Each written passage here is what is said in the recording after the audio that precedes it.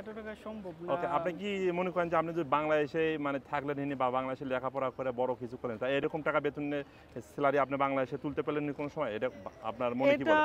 এটা বাংলাদেশে থাকা এত টাকা স্যালারি, ইউরোপ ইউরোপ বাংলাদেশি এক কথায় যা বলে।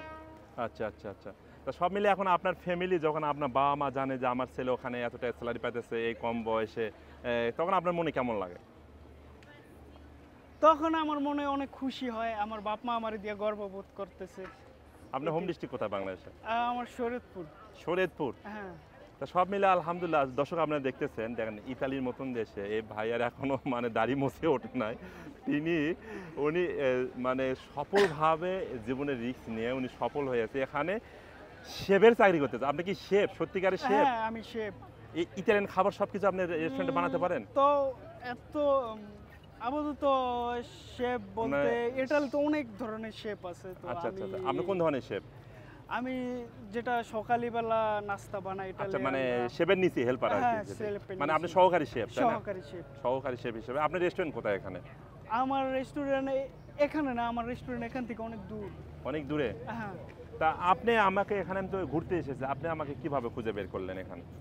আসলে ভাই আপনার ভিডিও আমি অনেক আগের থেকেই দেখতাম, তো আপনাকে দেখার পর আমি চিনছি যে আচ্ছা। এই ভাইয়ের ভিডিও তো আমি বাংলাদেশে থাকতে দেখছিলাম, এটাই আর কি।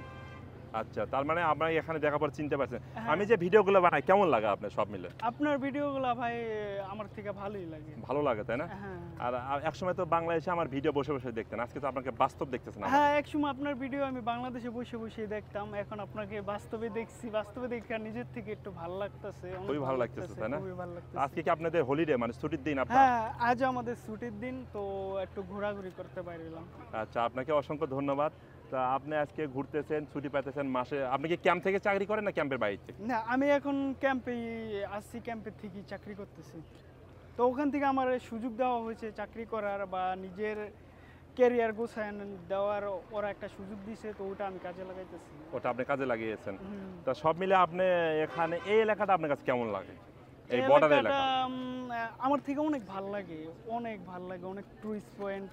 তো এখানে জায়গাটা অনেক ভাল লাগে, মন ফ্রেশ করার মতো একটা জায়গা এটা। তা আপনাকে অসংখ্য ধন্যবাদ। আপনি জীবন গল্পগুলো সংক্ষেপে দিয়েছেন। এত কম বয়সে আপনি জীবনের রিস্ক নিয়ে আপনি সাগর পাড়ি দিয়ে ইতালিতে এসে একটা রেস্টুরেন্টে চাকরি করতেছেন, প্রায় বাংলাদেশের প্রায় 2 লক্ষ টাকা পর্যন্ত স্যালারি পান। তা সব মিলে আপনাকে আমি আবারও ধন্যবাদ জানাই। যারা নতুন আসতেছে তাদের উদ্দেশ্যে যদি আপনি কিছু বলেন, যারা নতুন আসতেছে, মানে আসতে চায় বাংলাদেশ থেকে। যারা নতুন আসতে চাইতেছে অবশ্যই আমার মতো লিবিয়ার দিয়ে রিস্ক না নিয়ে তারা এগ্রিকালচার স্পন্সর এগুলাতে ট্রাই করুক। অবশ্যই তারা ভাগ্যের উপরে, ঠিক আছে, যদি হয় তাহলে তো হইলই, কিন্তু লিবিয়া দিয়ে আসলে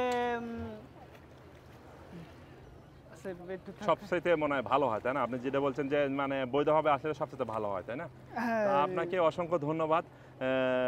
সুপ্রিয় দর্শক, যারা যেখান থেকে এই ভিডিওটি দেখবেন অবশ্যই ভিডিওটি বেশি বেশি শেয়ার করবেন যদি আপনাদের ভালো লাগে। তা আপনি ভালো থাকবেন, সুস্থ থাকবেন। আজকের বক্তব্য আমরা এখানেই শেষ করলাম। আল্লাহ হাফেজ, বাই বাই। আল্লাহ হাফেজ।